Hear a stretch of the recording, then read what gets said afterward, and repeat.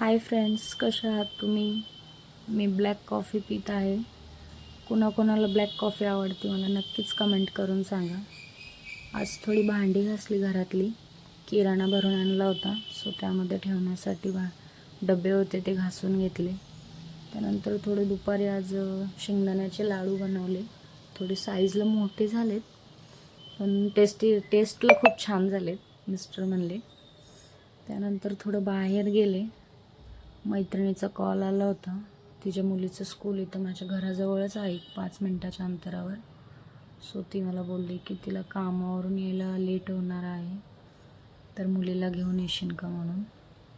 मग मी तिला आणायला चालले होते. तिची 11:30 वाजता स्कूल सुटते.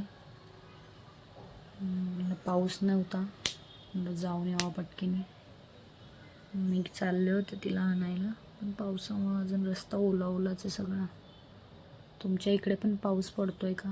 मला नक्कीच कमेंट करून सांगा. आमच्या इकडे पाऊस चालूच असतोय सारखा. आणि हे माझ्या मैत्रिणीच्या मुलीचं स्कूल आहे. त्याच्या मिसला विचारलं मी, श्रुती कुठं आहे? ती आतमध्ये होती. त्यांचं काहीतरी दिंडीचं प्रोग्राम आहे, सो त्याबद्दल बोलत होत्या त्या मला. मग मी आतमध्ये गेले, नोटीस पाहिली आणि मग पुढे गेले. मी तिला आवाज मारला, तिला बोललं बॅग घेऊन ये. ती तिची बॅग आणायला गेली होती.